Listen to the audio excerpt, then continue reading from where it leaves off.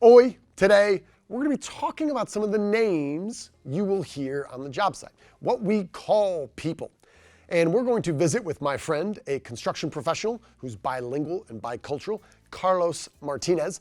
But first, we're going to go over 4 words that you need to know of important names on the job site. 2 are Spanish twins and 2 are not, because we're going to tackle the hardest ones first. Let's start there. The first one is foreman. So, ¿cómo se dice? How do you say? ¿Cómo se dice foreman? Well, foreman is capataz. Capataz. El capataz. El capataz is the foreman. And I kind of think of this because it's kind of similar to like the captain. You kind of start with the CAP. You got the captain, right? You have the foreman, kind of the leader on that job site. El capataz is the foreman. Now, ¿cómo se dice? How do you say manager?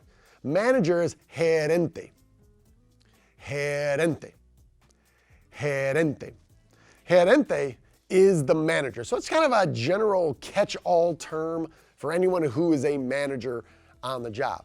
I don't want to have to deal with it. And that's why you have an assistant regional manager. Yes, it is. Assistant to the regional manager. Same thing. No, it's not. It's lower. So It's close. So el gerente. Now that G makes the H sound, so think of it almost like a G or a J. Gerente. Gerente is the manager. So those are the 2 non-Spanish twins. El capataz for foreman and el gerente for manager. Now the 2 Spanish twins is supervisor, which is an identical Spanish twin. Supervisor. Supervisor. Now I know what you might be thinking. Hey, supervisor, that's a compound word. Is super a Spanish word and is visor a Spanish word? Yes. Super means super and visor means visor. Like, visor, like you could wear. Fine. However, pair those up. Supervisor is a supervisor, and of course, you're going to have to keep an eye out for el inspector, the inspector. ¿Dónde está el inspector? Where is the inspector? So you got capataz for foreman, you have gerente for manager, and then you have 2 Spanish twins, supervisor for supervisor, and you have el inspector. So now, let's team up with my friend Carlos and learn about some other important nombres, names on the job.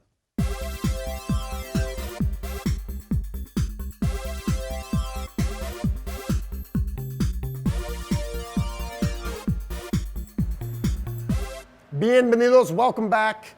Dude, we're going official on this. We're calling this El Próximo Nivel con Carlos Martinez. Next level stuff with Carlos. Carlos, I thought we'd do a little bit of a game here to have you kind of teach us on some of the names that we'll hear on the job site. Okay? So I'll throw out a name, you kind of tell me how I should think about it. Okay.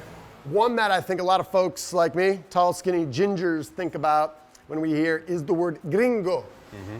When I hear the term gringo on the job, and I know they're referring to me, is that a negative connotation? Should I be concerned about that, or how should I think about that? No, I don't think it's actually a negative, derogatory term by any means. It's simply just saying, hey, you're obviously a white person, or not, should I say non-brown skinned person. So that's kind of the way I would look at it, really. It's not, okay. I know sometimes it's associated bad, but it's not. I wouldn't be bad. All right.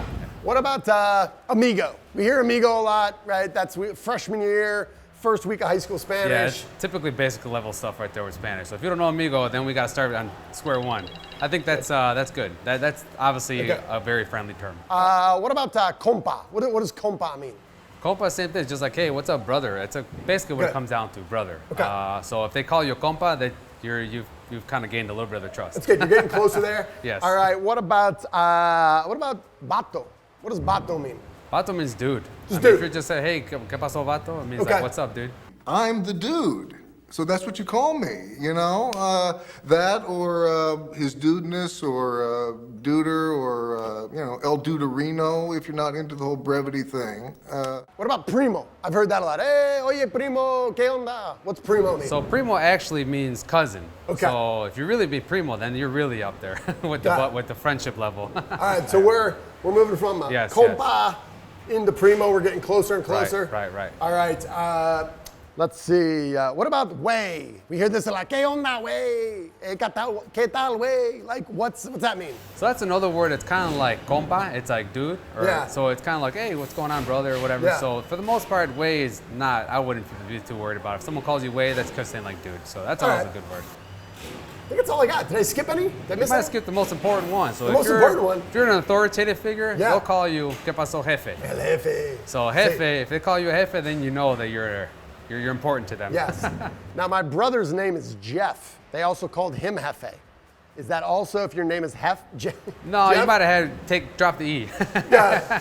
All right. So we covered a lot. So you'll hear what? Amigo and compa and primo and way and vato and jefe. Jefe. Yeah, I think Done. that's pretty much it. All right. Keep an eye out for all those. Keep an ear out for all those. That's all we've got from this edition of El Próximo Nivel con Carlos Martinez.